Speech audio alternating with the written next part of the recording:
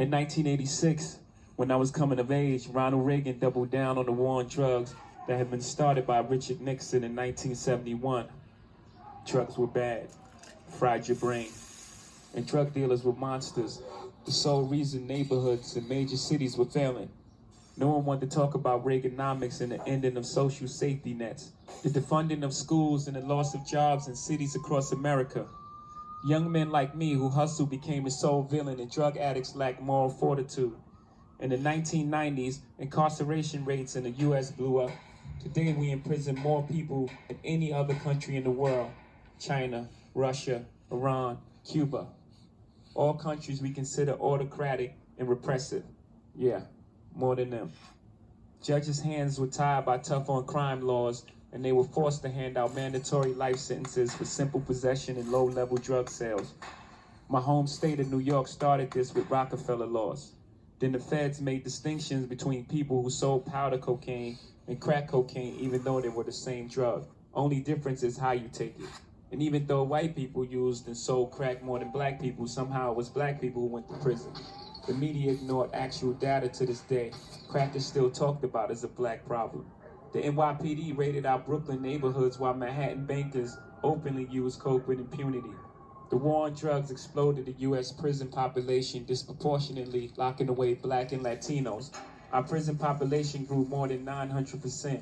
When the war on drugs began in 1971, our prison population was 200,000.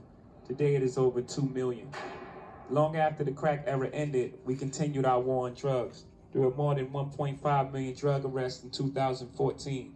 More than 80% were for possession only. Almost half were for marijuana. People are finally talking about treating addiction to harder drugs as a health crisis, but there's no compassionate language about drug dealers. Unless, of course, we're talking about places like Colorado, whose state economy got a huge boost by the above-ground marijuana industry.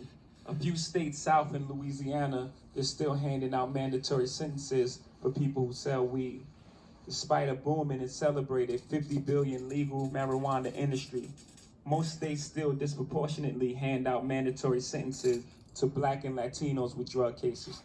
If you're entrepreneurial and live in one of the many states that are passing legalized laws, you may still face barriers participating in the above-ground economy.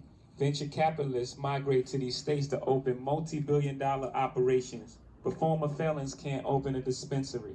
Lots of times those felonies were drug charges, caught by poor people who sold drugs for a living, but are now prohibited from participating in one of the fastest growing economies. Got it? In states like New York, where holding marijuana is no longer grounds for arrest, police issue possession citations in black and Latino neighborhoods at a far higher rate than other neighborhoods. Kids in Crown Heights are constantly stopped and ticketed for trees. Kids at dorms in Columbia, where rates of marijuana use are equal to or worse than those in the hood, are never targeted or ticketed. Rates of drug use are as high as they were when Nixon declared the so-called war in 1971. The devil. 45 years later, it's time to rethink our policies and laws. Exactly. The war on drugs is an epic fail.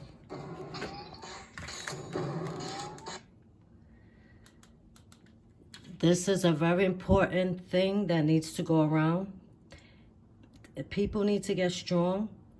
Nixon and Ronald Reagan destroyed these neighborhoods, and it's time to give back. The Congress and White House is responsible for Nixon and Ronald Reagan and the CIA for flooding these neighborhoods with drugs. Notice how Jay-Z always says black and Latino always, because he grew up with us in Marcy Projects and in New York City. He's very connected to his roots. And he knows exactly what went down. And it's true. People go to prison for a long time for marijuana, but now we have people making so much money on marijuana. Doesn't make sense. But research the Ronald Reagan and the CIA war on drugs so you can see the root of the problem and what's going on. Have a great day.